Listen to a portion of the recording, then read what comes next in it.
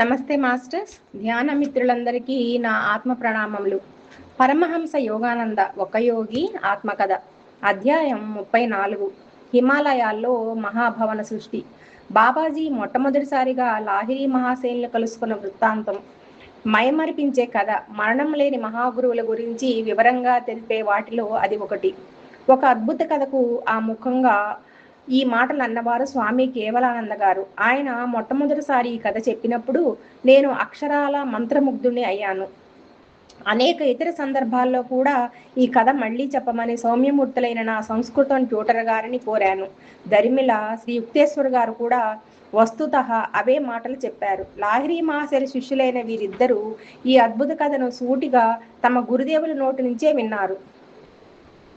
బాబాజీని నేను మొట్టమొదటిసారి కలుసుకున్నది నాకు 33వ ఏట అని చెప్పారు లాహిరి మహాశయులు.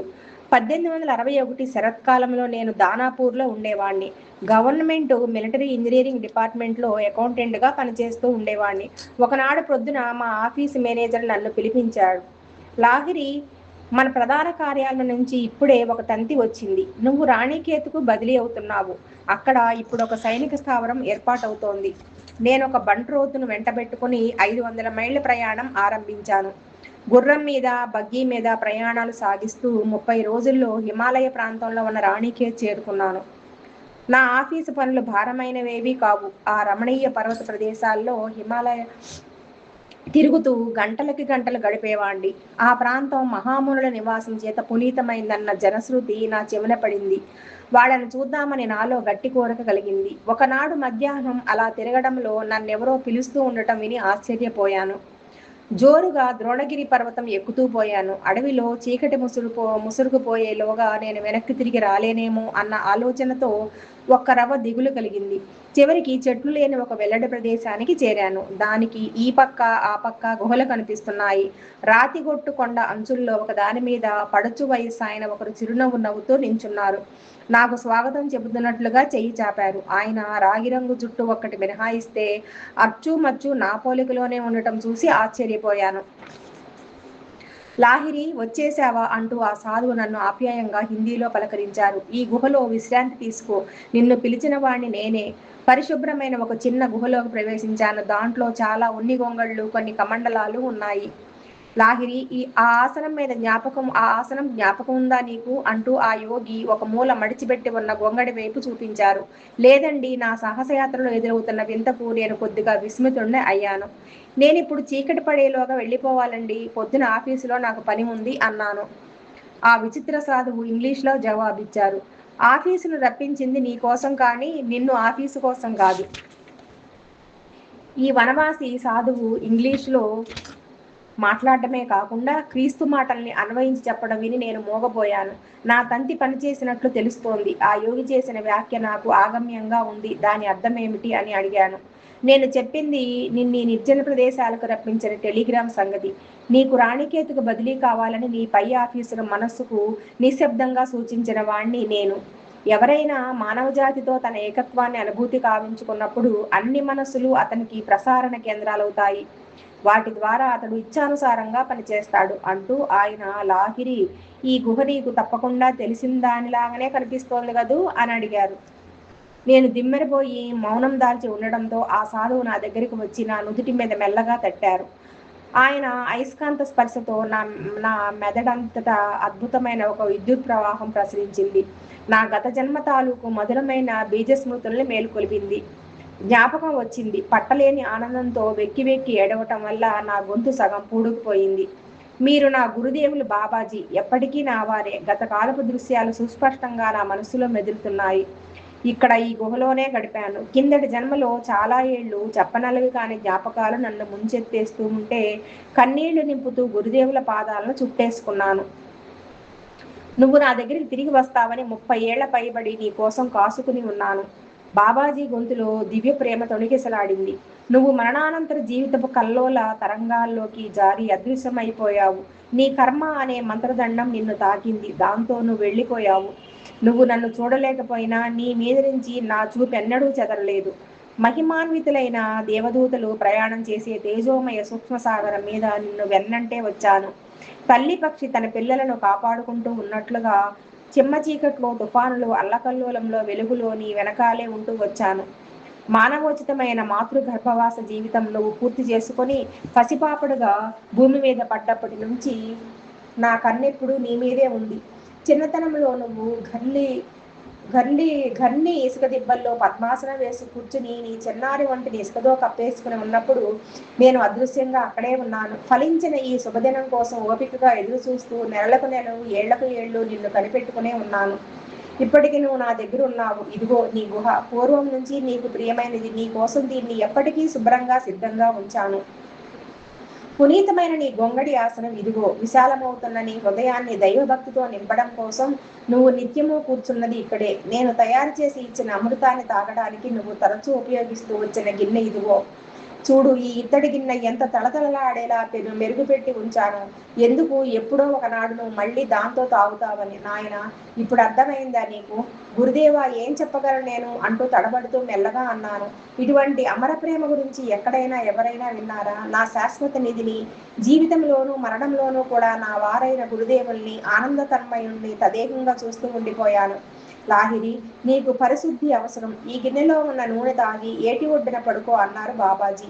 అన్ని సందర్భాల్లో బాబాజీ వ్యవహార జ్ఞానం ముందే ఉంటుంది అనుకున్నాను. పాత జ్ఞాపకాలతో చటుక్కున చిరునవ్వు రాగా ఆయన చెప్పిన ప్రకారం చేశాను. చల్లటి హిమాలయ రాత్రి ముసురుతూ ఉన్నప్పటికీ నాలో హాయి అనిపించే వెచ్చదనం వ్యాపించడం మొదలైంది. నేను ఆశ్చర్యపోయాను. ఏమిటో తెలియని ఆ నూనె పొద్దుపొడుపు వెచ్చదనంతో రంగరించి ఉన్నదా? ఆ చీకట్లో తీవ్రమైన గాలులు చెలరేగి భయంకరంగా సవాలు చేస్తున్నట్లు గర్జిస్తూ చుట్టూ నన్ను కొరడాలతో కొడుతున్నాయి. గగాస్ నదిలోని చల్లని చిట్టి పొట్టి అలలు రాతి గొట్టి ఏటిగట్టున కాళ్ళు చాపి వెల్లకిలా పడుకున్న నా ఒంటి మీదకి వచ్చి పడుతున్నాయి. దగ్గరలో పులులు గాండిస్తున్నాయి. అయినా నా గుండెలో ఎంత మాత్రం భయం లేదు. నాలో కొత్తగా పుట్టిన ఉజ్వల శక్తి, అభేద్యమైన రక్షణ ఉందని హామీ తెలియజేసింది. చాలా గంటలు వేగంగా గడిచిపోయాయి. వెళ్ళబారిన పూర్వజన్మ స్మృతులు నా గురుదేవులతో ఇప్పుడు కలిగిన ఉజ్వల పురస్సమాగమంతో కలిసి పడుగుపేకల పనివరసగా అల్లుకుపోయాయి. ఏవో అడుగుల చప్పుడు దగ్గరవుతుండగా ఒంటరిగా నేను చేస్తున్న ఆలోచనలకు అంతరాయం కలిగింది. ఆ చీకట్లో ఒక మనిషి నాకు చెయ్యి అందించి నేను లేచి నిలబడ్డానికి సాయపడ్డాడు. తర్వాత కొన్ని పొడి బట్టలు ఇచ్చాడు. రా అన్న, గురుదేవులు నీ కోసం ఎదురు చూస్తున్నారు అన్నాడతను. అడవి గుండా అతడు దారి తీశాడు. దారిలో ఒక మలుపు దగ్గరికి మేము రాగానే దూరాన ఒక నిశ్చల కాంతితో కాళరాత్రి ఒక్కసారిగా కాంతిమంతమైంది. అది సూర్యోదయం కావచ్చునా అని అడిగాను. నిజంగా రాత్రి అంతా గడవలేదు కదూ, ఇది అర్ధరాత్రి సమయం అన్నాడు అతను మృదువుగా నవ్వుతూ. దూరాన కనిపించే ఆ వెలుగు అసదృశులైన బాబాజీ నీ కోసం ఈ రాత్రి సృష్టించిన బంగారు భవనం దగద్దగదులు. సుదూరమైన గతంలో నువ్వు ఒకసారి మహాభవనం అందాలు చూసి ఆనందించాలన్న కోరిక వెల్లడించావు. మన గురుదేవులు ఇప్పుడు నీ కోరిక తీరుస్తున్నారు. ఆ విధంగా నిన్ను నీ చిట్ట చివరి కర్మానుబంధం నుంచి విముక్తుణ్ణి చేస్తున్నారు. తర్వాత ఇంకా చెప్పాడు అతను, ఈ రోజు రాత్రి నీకు క్రియాయోగ దీక్ష ఇచ్చే చోటు రమణీయమైన మహాభవనమే. నీ ప్రవాసం ముగిసినందుకు సంతోషిస్తూ నీ సోదరులందరూ కలిసి ఇక్కడ స్వాగతం చెబుతారు. చూడు, మా ఎదుట కళ్ళు మిరిమిట్లు కొలిపే బ్రహ్మాండమైన ఒక బంగారు భవనం ఉంది. లెక్కలేనన్ని రత్నాలతో అలంకరించి ఉండి సువిశాలమైన ఉద్యానవనాల మధ్య సుస్థితమై నిశ్చలమైన జలాశయాల్లో ప్రతిబింబిస్తూ అసదృశ్యమైన శోభతో విరాజిల్లుతున్న అద్భుత దృశ్యం. చాలా ఎత్తైన కమానులకు గొప్ప గొప్ప వజ్రాలు, ఇంద్రనీలాలు, పచ్చళ్ళు సంకీర్ణ రీతిలో పొదిగి ఉన్నాయి. కెంపులతో ఎర్రబారి వెలుగొందుతున్న ద్వారాల దగ్గర దివ్య తేజస్సు వెదజల్లుతున్న భవ్యమూర్తులు కొలువై ఉన్నారు. నా స్నేహితుడు వెనకాలే విశాలమైన స్వాగత కక్షలోకి ప్రవేశించాను. ఆగరుధూపాలు, గులాబీల పరిమళాలు గాలిలో తేలిపోతున్నాయి. మందంగా వెలుగుతున్న దీపాలు వన్నెల కాంతులను వెదజల్లుతున్నాయి. కొందరు ఎర్రగా, కొందరు నల్లగా ఉన్న భక్తులు చిన్న చిన్న బృందాలుగా కూడి అంతఃశాంతిలో మునిగి మృదుస్వరంతో గానం చేస్తున్నారు. కొందరు నిశ్శబ్దంగా ధ్యానస్థితిలో ఆసీనులై ఉన్నారు. స్పందనశీలమైన ఆనందం వాతావరణం అంతటా వ్యాపించింది. నేను ఆశ్చర్యపడుతూ ఉండగా నాకు దారి చూపిస్తున్నతను సానుభూతితో చిరునవ్వు నవ్వుతూ ఇలా అన్నాడు. నీ కళ్ళకు పండుగగా ఈ భవనం కళా వైభవాన్ని చూసి ఆనందించు. కేవలం నీ గౌరవార్థమే దీన్ని సృష్టించడం జరిగింది కనుక. అన్నా, ఈ భవన సౌందర్యం మానవ ఊహకు అతీతమైంది. దీని మూలంలో ఉన్న మర్మమేమిటో దయచేసి వివరంగా చెప్పు. సంతోషంగా చెప్తాను. నా సహచరుడి నల్లటి కళ్ళు జ్ఞానంతో మెరిశాయి. ఈ భువన సృష్టి విషయంలో వివరించడానికి వీలు కానిది ఏమీ లేదు. బ్రహ్మాండం యావత్తు సృష్టికర్త ప్రక్షేపించిన భావనే. రోదసీలో తేలి ఆడుతున్న భూమి అనే ఈ బరువైన పిండం దేవుడి కల. మానవుడు తన స్వప్న చేతనలో సకల జీవ సమన్వితమైన సృష్టికి పునఃకల్పన చేసి ప్రాణం పోసినట్లుగానే దేవుడు తన మనస్సులోంచే సర్వ వస్తు సముదాయాన్ని సృష్టిస్తాడు. ఈశ్వరుడు మొదట ఈ భూమిని ఒక భావంగా రూపొందించాడు. తర్వాత దానికి జీవం ఇచ్చాడు. పరమాణు శక్తి, ఆ తర్వాత పదార్థము పుట్టాయి. భూ సంబంధమైన అణువుల్ని సమన్వయపరిచి ఘనగోళాకృతిగా రూపొందించాడు. దాని అణువులన్నీ దేవుడి సంకల్పం చేతనే దగ్గరగా కూడి ఉన్నాయి. ఆయన తన సంకల్పాన్ని ఉపసంహరించుకున్నప్పుడు భూమి అణువులన్నీ శక్తిగా పరివర్తన చెందుతాయి. అణుశక్తి తనకు మూలకందమైన చైతన్యంలోకి తిరిగి వెళ్ళిపోతుంది. భూభావం స్థూలత్వంలో నుంచి అదృశ్యమవుతుంది. కలగనేవాడి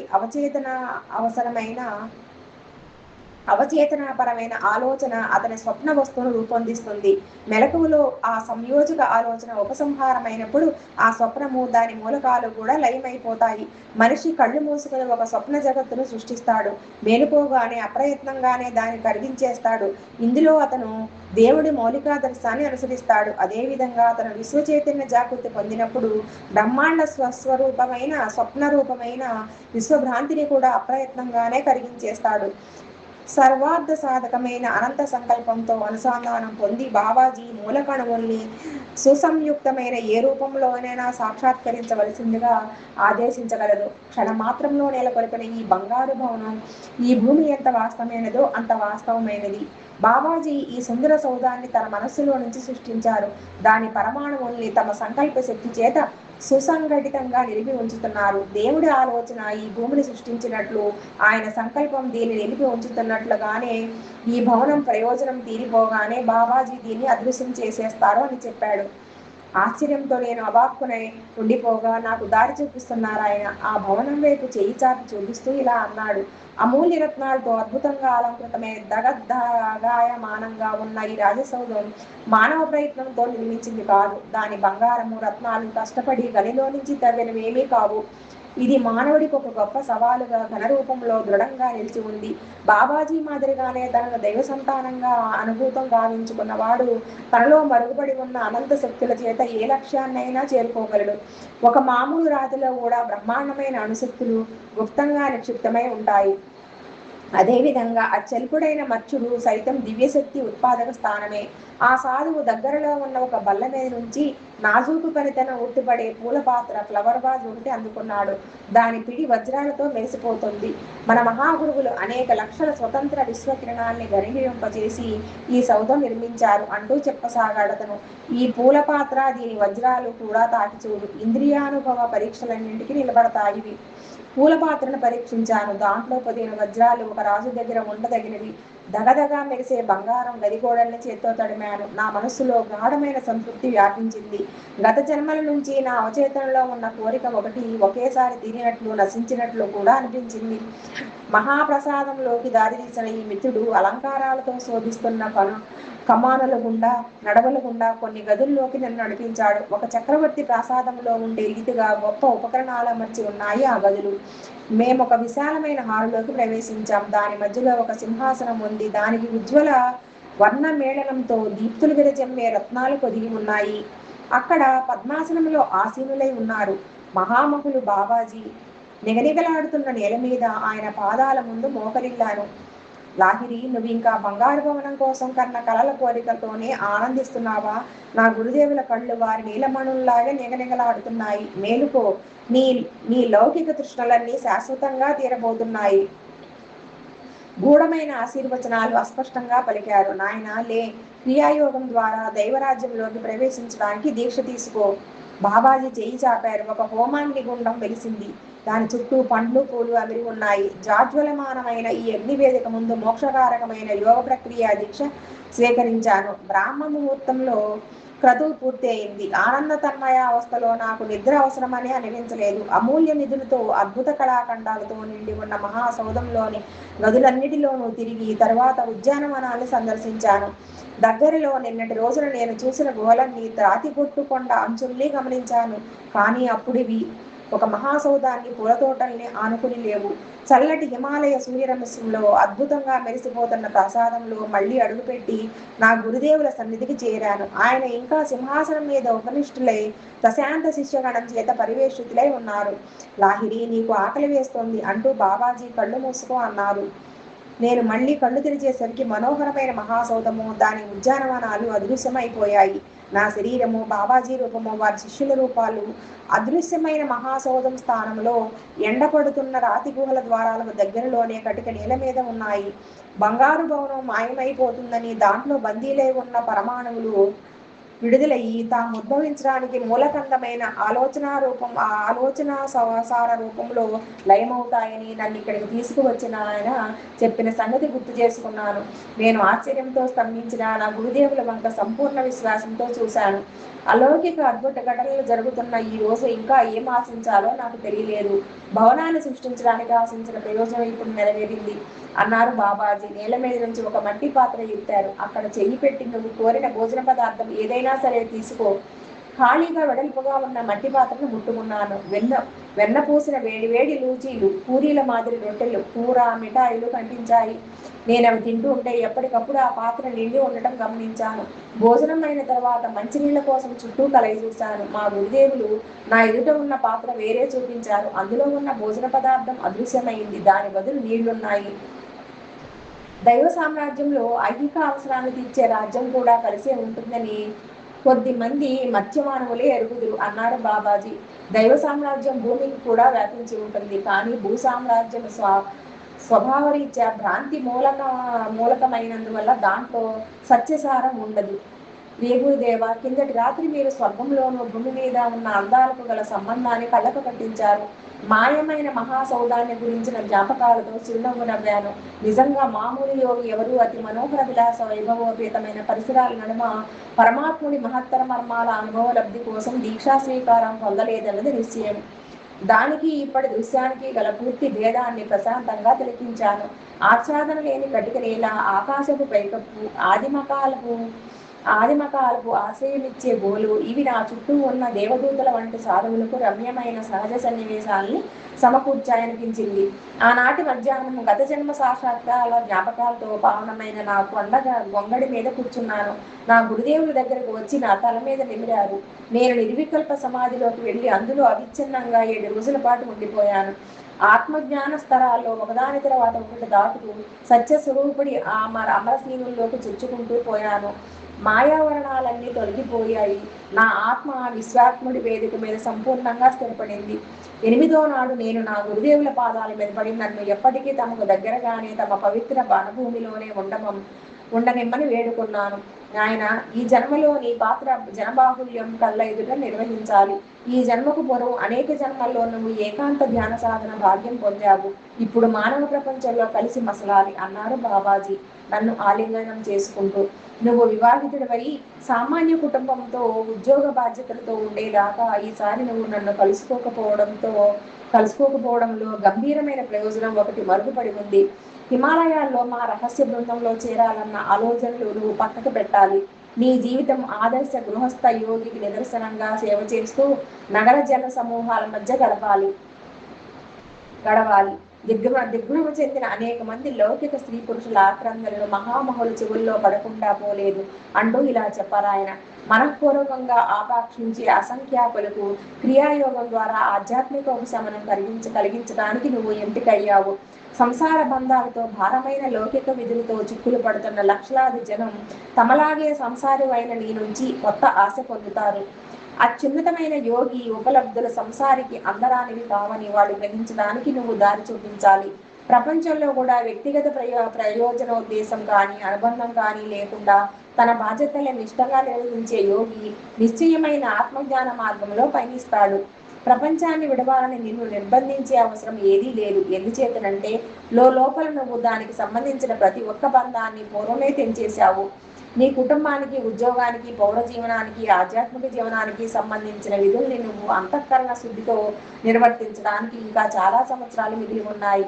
దైవపరమైన ఆశ అనే మధురమైన కొత్త ఊపిరి సంసారుల శుష్క హృదయాల్లోకి చొరబడుతుంది. నీ సంతులిత జీవనం నుంచి వాళ్ళు మోక్షం అన్నది అంతఃసన్యాసం మీదే కానీ బాహు సన్యాసం మీద ఆధారపడ్డది కాదని అర్థం చేసుకుంటారు. ఉన్నతమైన హిమాలయ ఏకాంత ప్రదేశాల్లో మా గురుదేవుల వాక్కులు వింటూ ఉంటే నా కుటుంబము, ఆఫీసు, ప్రపంచము ఎంత దూరమో అనిపించింది. ఆయన వాక్కుల్లో కఠోర సత్యం ధ్వనించింది. పావనమైన ఈ శాంతిధామాన్ని విడిచి వెళ్ళడానికి అనుకువగా అంగీకరించాను. యోగ విద్యను గురువు నుంచి శిష్యుడికి ప్రసారణ చేసేటప్పుడు పాటించవలసిన సనాతన కఠిన నియమాల్ని బాబాజీ నాకు బోధించారు. యోగ్యుడైన శిష్యులకు మాత్రమే క్రియాకీలకం ప్రసాదించు అన్నారు బాబాజీ. దైవాన్వేషణలో అన్నిటినీ త్యజించడానికి ప్రతిజ్ఞ పూనిన వాడే ధ్యానయోగం ద్వారా పరమరహస్యాల చిక్కుముళ్ళు విడదీయడానికి అర్హుడు. గురుదేవ, మరుగుపడిన క్రియా ప్రక్రియని పునరుద్ధరించి మీరు మానవ జాతికి మహోపకారం చేసినట్టే శిష్యరికానికి కావలసిన కఠిన నియమాల్ని సడలించి ఆ లాభాన్ని పెంచరు అని విన్నవించుకుంటూ బాబాజీ కేసు చూశాను. చిత్తశుద్ధి గల అన్వేషకులందరూ మొదట్లో సంపూర్ణ అంతఃసన్యాసానికి ప్రతిజ్ఞ పూనలేకపోయినప్పటికీ వారందరికీ కూడా క్రియాయోగం అందించడానికి నన్ను అనుమతించవలసిందిగా ప్రార్థిస్తున్నాను. ప్రపంచంలో 3 విధాలైన క్లేశాలకి గురి అయ్యే పీడిత స్త్రీ పురుషులకు ప్రత్యేకమైన ప్రోత్సాహం అవసరం.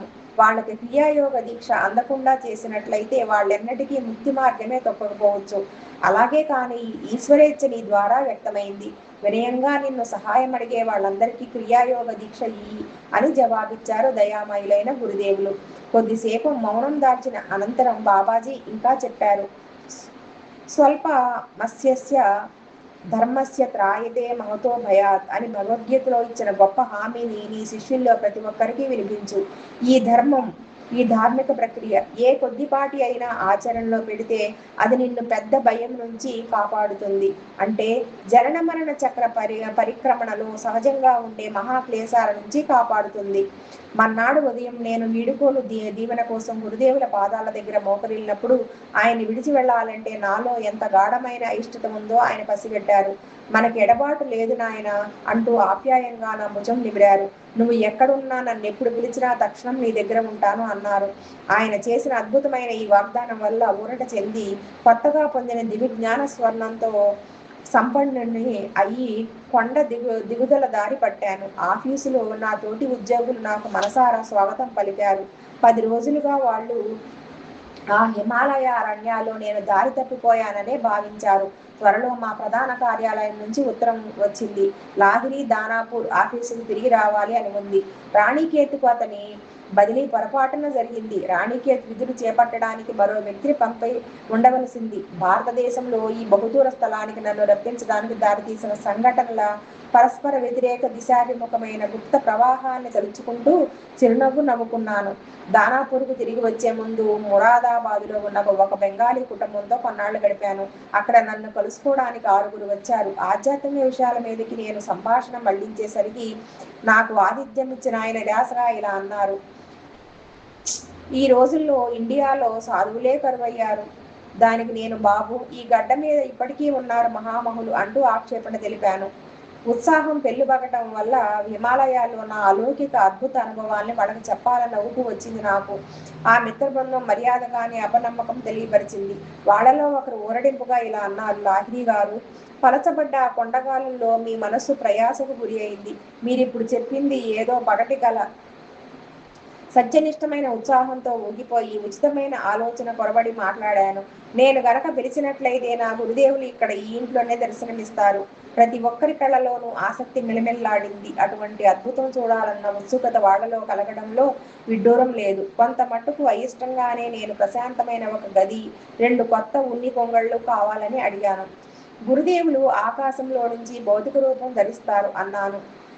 తలుపవతల నిశ్శబ్దంగా ఉండండి, కాసేపట్లో పిలుస్తాను మిమ్మల్ని. మా గురుదేవుల్ని సవినయంగా ఆవాహన చేస్తూ ధ్యానస్థితిలో మునిగిపోయాను. చీకటి చేసిన గది ప్రశాంతం కలిగించే పలచని వెలుతురుతో నిండిపోయింది. దాంట్లో నుంచి తేజవంతమైన బాబాజీ ఆకృతి క్రమంగా వెలువడింది. లాహిరి, ఇంత స్వల్ప విషయం కోసం పిలుస్తావా నన్ను? గురుదేవుల చూపు కఠినంగా ఉంది. సత్యం అన్నది హృదయపూర్వకంగా అన్వేషించే వాళ్ళ కోసం, వ్యర్థమైన కుతూహలం గల వాళ్ళ కోసం కాదు. ఎవరైనా చూసినప్పుడు నమ్మడం సులువే, అప్పుడిక కాదనడానికి ఏమీ ఉండదు. అతీంద్రియ సత్యాన్ని అనుభూతం చేసుకోవడానికి యోగ్యులు, దాన్ని ఆవిష్కరించే వాళ్ళు స్వాభావిక భౌతికవాదమైన సంశయశీలతను జయించిన వాళ్లే. ఆ తరువాత ఆయన గంభీరంగా నన్ను వెళ్ళనియ్యి అన్నారు. నేను బతిమాలుకుంటూ ఆయన పాదాల మీద పడ్డాను. పూజ్య గురుదేవా, ఘోరమైన నా తప్పు తెలుసుకున్నాను. సవినయంగా మీ క్షమాపణ కోరుతున్నాను. నేను మిమ్మల్ని పిలవడానికి సాహసించింది ఆధ్యాత్మికంగా గుడ్డివాళ్లైన వీళ్ల మనసుల్లో విశ్వాసం కలిగించడానికి. నా ప్రార్థన మన్నించి మీరు ఎలాగా ప్రత్యక్షమయ్యారు కనుక దయచేసి నా స్నేహితులకు ఆశీస్సులు ప్రసాదించకుండా మాత్రం వెళ్ళకండి. వాళ్ళు అవిశ్వాసులు అయినప్పటికీ చిత్రమైన నా ప్రతిజ్ఞావాక్యంలోని సత్యాన్ని శోధించడానికైనా కనీసం సుముఖంగా ఉన్నారు. సరే, కొంచెం సేపు ఉంటాను. స్నేహితుల ముందు నీ మాట పోవడం నాకు ఇష్టం లేదు అన్నారు బాబాజీ. ఆయన ముఖం శాంతపడింది. కానీ మృదువుగా ఇలా అన్నారు. నాయనా, ఇక నుంచి నేను నీకు అవసరమైనప్పుడే వస్తాను. నువ్వు పిలిచినప్పుడల్లా మాత్రం రాను. నేను తలుపు తెరిచినప్పుడు మిత్ర బృందంలో గంభీరమైన నిశ్శబ్దం ఆవరించింది.